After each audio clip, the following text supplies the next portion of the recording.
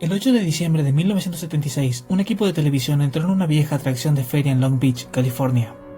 Iban a rodar una escena de El hombre de los 6 millones de dólares. El episodio se llamaba Carnival of Spice. La atracción era Laugh in the Dark, un túnel de terror con carros oxidados, luces de neón y figuras espeluznantes colgadas del techo. Un técnico preparaba el set. Uno de los maniquíes colgantes estorbaba en el tiro de cámara. Cuando lo agarró para apartarlo, el brazo se quebró con un crujido seco. No salió serrín, ni plástico, ni alambre. Del interior asomó tejido muscular y hueso humano. La policía llegó de inmediato. El cuerpo fue trasladado a la oficina forense de Los Ángeles. Los médicos se encontraron con una momia diminuta, 22 kilos de peso y 1,60 m de estatura, cubierta de pintura fosforescente naranja. Nadie sabía quién era, y tampoco sabían cómo había llegado allí. Y cuando los forenses intentaron hacerle radiografías, las placas salieron completamente blancas, como si el cuerpo se negara a ser investigado. Lo que descubrirían en las semanas siguientes cambiaría para siempre la historia del entretenimiento ambulante en Estados Unidos. Pero antes de llegar a eso, había que responder una sola pregunta, la primera de muchas. ¿Quién era ese hombre? La respuesta obligó a los investigadores a retroceder 65 años, hasta Oklahoma, hasta 1880. Hasta un niño que nunca imaginó que su cadáver sería más famoso que él. Ese niño se llamaba Elmer McCurdy. Nació en Maine, hijo ilegítimo, un secreto familiar que lo marcó antes de que aprendiera a hablar. Pero el secreto no era solo su origen. Su madre, Sadie, decidió ocultar la vergüenza de una manera brutal. Crió a Elmer diciéndole que ella era su tía. Durante toda su infancia, Elmer creció sin saber quién era realmente. Cuando lo descubrió, siendo adolescente, algo se rompió. Se hundió en el alcohol, perdió a su madre y perdió a su abuelo. Se quedó solo, flotando entre trabajos esporádicos y botellas de whisky barato. Por sus 20 intentó enderezar su vida alistándose en el ejército. Fue enviado a Fort Leavenworth. Allí le enseñaron dos cosas: a disparar una ametralladora y a manipular nitroglicerina para demoliciones. Así que salió del ejército con una idea fija en la cabeza: convertirse en un forajido del viejo oeste. Pero el problema es que el viejo oeste ya no existía. Corría el año 1907. Oklahoma acababa de convertirse oficialmente en estado. Todo había cambiado, menos Elmer. Él seguía soñando con caballos, revólveres y trenes blindados, pero el mundo ya iba en coche. Aún así reunió una banda pequeña, delincuentes fronterizos tan competentes como él, y se lanzó a asaltar trenes y bancos con una técnica que rozaba el absurdo. En marzo de 1911 detuvo un tren de la línea Missouri Pacific en Lenape.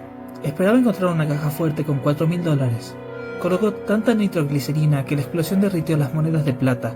El metal líquido se fusionó con el hierro del suelo. El botín se redujo a una escoria humeante y unas pocas monedas rescatadas entre los escombros. Unos meses después, en septiembre, asaltó el Citizens Bank de Chautauqua, Kansas. Pasó 2 horas golpeando la pared trasera con un martillo. Cuando por fin entró, usó una carga tan desmesurada que la onda expansiva destruyó el mobiliario, reventó las ventanas y no le hizo ni un rasguño a la caja fuerte principal. Mientras tanto, el cómplice que vigilaba en la calle huyó aterrorizado por el estruendo. Elmer y el otro compinche apenas arañaron $150 en monedas sueltas de un mostrador. Entonces llegó el 4 de octubre de 1911, el golpe que iba a cambiarlo todo.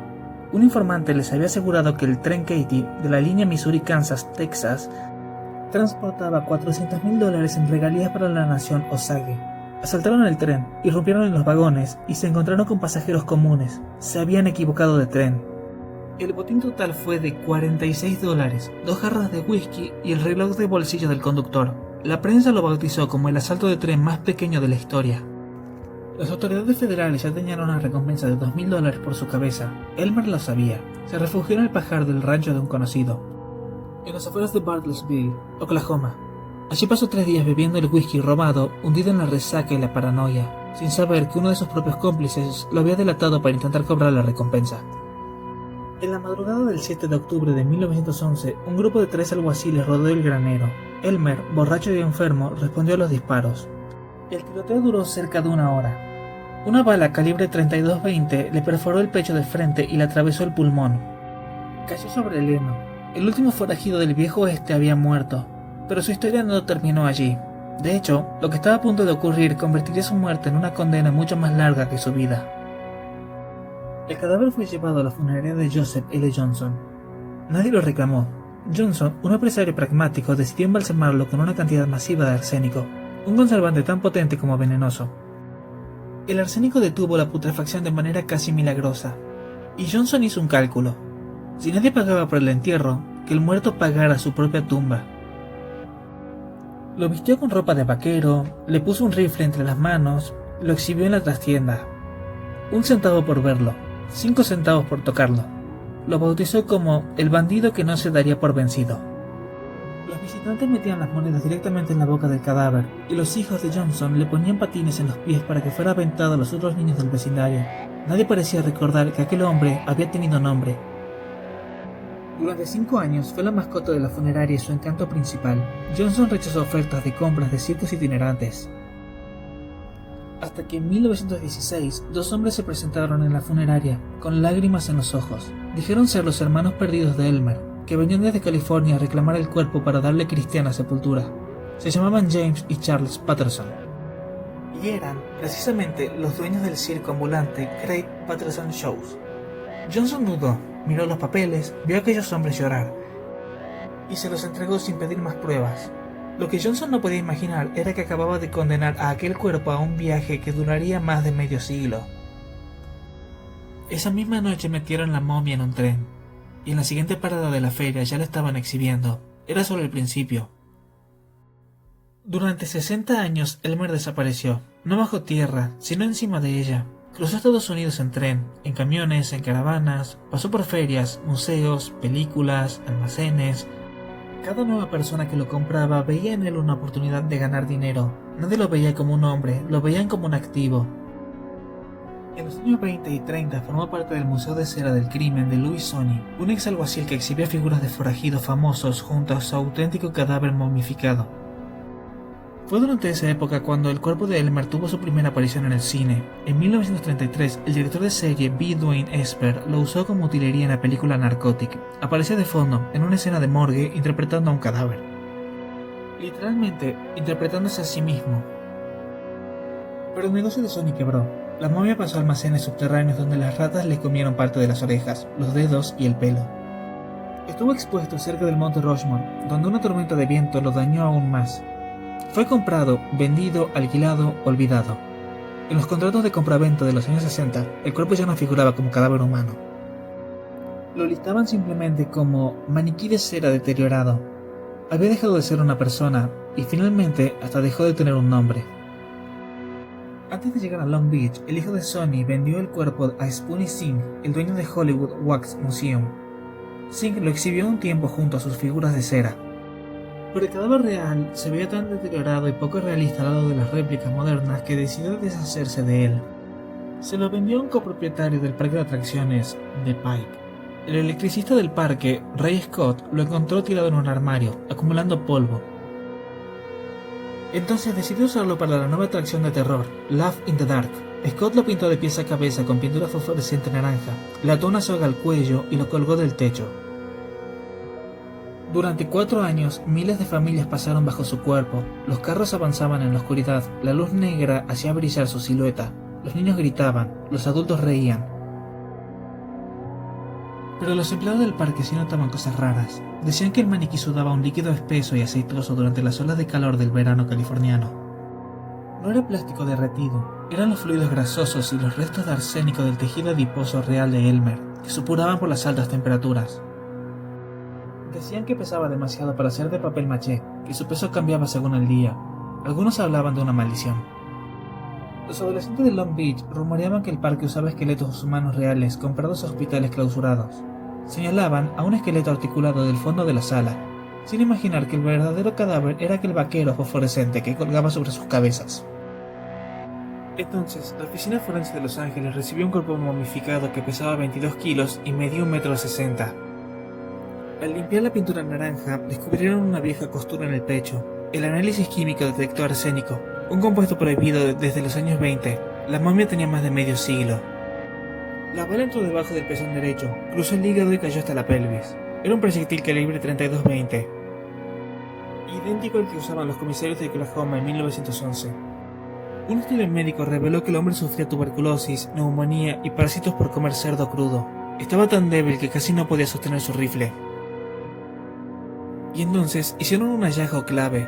estaba dentro de su boca. Cuando Elmer era exhibido en las ferias, su mandíbula se había desencajado ligeramente.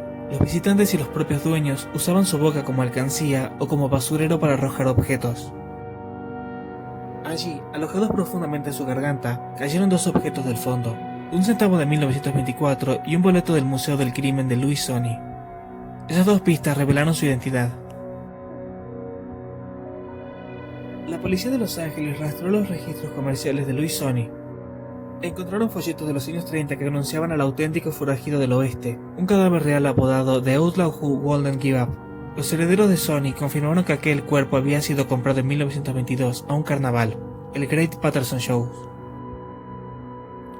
Ellos, por su parte, habían obtenido la momia en 1916 en una funeraria de un pueblo de Oklahoma. Mediante un engaño con documentos falsos, los dueños del circo, James y Charles Patterson, se habían hecho pasar por los hermanos del difunto. Contactaron con las autoridades de Oklahoma, localizaron los registros originales de la funeraria de Joseph L. Johnson de octubre de 1911. El acta describía la muerte de un hombre blanco tiroteado en el pecho, cuyos supuestos hermanos lo reclamaron 5 años después. La antropología forense resolvió el misterio. Usaron las fotos de Elmer en vida, también la foto de su cadáver en 1911. Las superpusieron por computadora sobre el cráneo. La coincidencia anatómica fue perfecta. El maniquí de la casa del terror era él, Elmer McCurdy, el peor asaltante de trenes de Oklahoma. La noticia estalló en los periódicos de todo el país. Los titulares mezclaban el morbo con la sátira. Lo llamaban The Mommy Bandit, el bandido momia. Decían que había tenido más éxito muerto que vivo. La morgue de Los Ángeles colapsó con llamadas de bromistas que preguntaban si la momia había perdido el desayuno o si estaba disponible para fiestas de cumpleaños. Más de 40 personas se presentaron como familiares lejanos.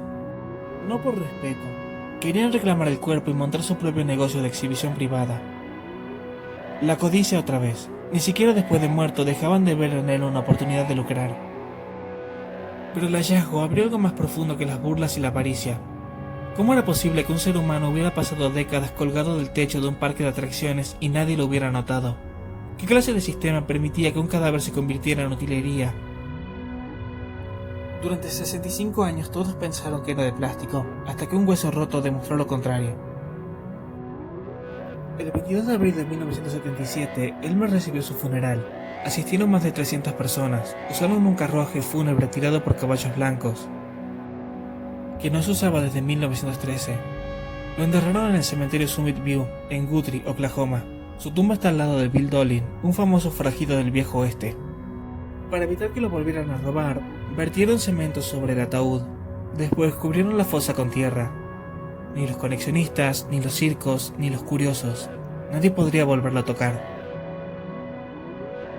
Durante 65 años, millones de personas pagaron por ver a Elmer McCurdy. Nadie preguntó quién era. Pasó por funerarias, ferias, museos, cines y parques de atracciones. Pasó por funerarias, ferias, museos, cines y parques de atracciones. Fue un cadáver, un espectáculo y un maniquí. Pero en 1977, Elmer recuperó su identidad. Irónicamente, el único hueso que se le rompió en 65 años fue el que le devolvió su nombre. Y cuando por fin lo recuperó, ya llevaba muerto mucho más tiempo del que había vivido.